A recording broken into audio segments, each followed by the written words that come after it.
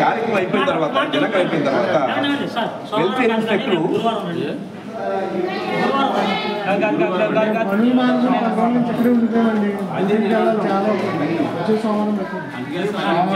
సోమవారం కుదరదండి. సోమవారం అందరికి ఆఫీస్ ఎవరు రారు.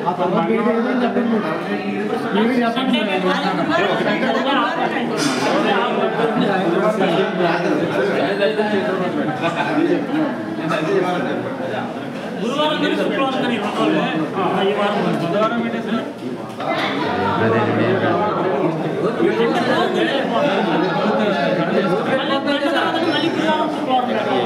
చాలా డేట్ అయిపోయింది సార్. ఇంత జరిగింది ఒక 1 డే మీరు కేటాయించండి. దాన్ని అడ్డంకులు పెట్టొద్దండి. ఒక 1 డే కేటాయించండి. ఏంటంటే ఒకటండి మనం చెప్పేది ఏంటంటే మనం మాట్లాడుకున్న తర్వాత మీరు అంగీకరిస్తే మనము డిఆర్ఎం దగ్గరికి వెళ్ళి మాట్లాడుకోవాలి. మళ్ళీ అక్కడికి ప్రాసెస్ ఉంది. వెల్ఫేర్ ఇన్స్పెక్టర్ దగ్గరికి వెళ్ళాలి. వెల్ఫేర్ ఇన్స్పెక్టర్ చెప్పాలి. అవన్నీ ప్రాసెస్ ఉంది. ఎందుకంటే అవన్నీ లేట్ అవుతుంది. మనకు అవన్నీ లేట్ అవుతుంది. ఆ ప్రాసెస్ లేట్ అవుతుంది. మీరు ఎంత బిఫోర్ వస్తే మళ్ళీ ఎంక్వైరీకి వస్తారు కదా. విద్యార్థులు ఇచ్చారు కనుక ఎంక్వైరీకి వస్తారు. సెటిల్మెంట్ చేయడానికి డబ్బులు ఎంత ఏం చేస్తే ఉద్యోగం ఎవరికి ఇవ్వాలి. ఒకటి వాళ్ళ అమ్మగారు వాళ్ళ అమ్మగారు ఒప్పుకోకపోతే ఉద్యోగం కూడా ఇవ్వాలి పిల్లకి. అది కూడా కష్టమండి. వాళ్ళు ఒప్పుకోవాలి. ఏది ఇప్పుడు మనము మీరు ఇంటి విషయం తెలుసుకోవాలి. ప్లస్ వచ్చే డబ్బులు ఆ పిల్లకి ఇస్తా వాళ్ళ ఫ్యామిలీకి ఇస్తామని ఒప్పుకోవాలి. ఇవన్నీ తేల్చుకొని ఒప్పుకుంటేనే మీరు వెల్ఫేర్ ఇన్స్పెక్టర్ దగ్గరికి వెళ్తాం. అప్పుడు అర్థం చేసేది.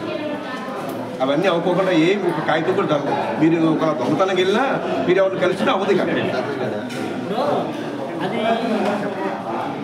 అది గురువారం కానీ శుక్రవారం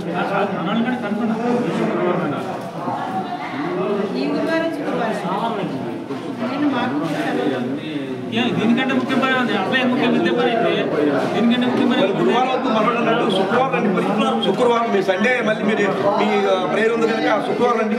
అసలు సండే ఈవినింగ్ అసలు మాకు గొడవ లేదు. అసలు మేము సెలవు కూడా పెట్టవసరం లేదు. అందరం ఉంటాము. మీకు బిజీగా ఉంటారు కాబట్టి మేము అడుగుతున్నాం. సండే అంటే మీరు బిజీగా ఉంటారని మేము కొన్ని శుక్రవారం ఫ్రైడే పెట్టుకోండి. ఫ్రైడే పెట్టుకుంటే బాగుంటుంది అన్నమాట. ఎందుకంటే ఇంకా ముఖ్యమైన పనులు ఏముంటాయి.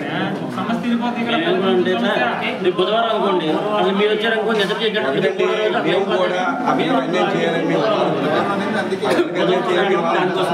ఎందుకంటే ఆ పిల్లలు జాబ్ కంపల్సరీ జాబ్ రావాలి. అమౌంట్ వాటా ఆ పిల్లకి అంటే మేము అడుగుతున్నారు వాళ్ళ తరఫున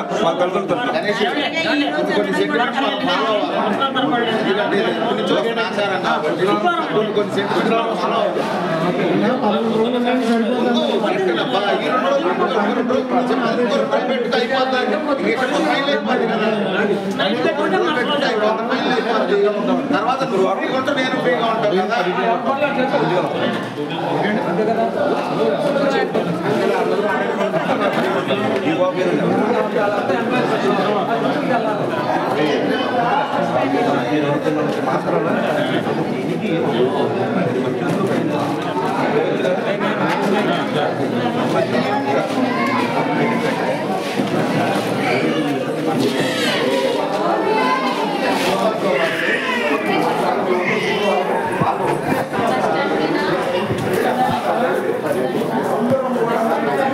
Gracias.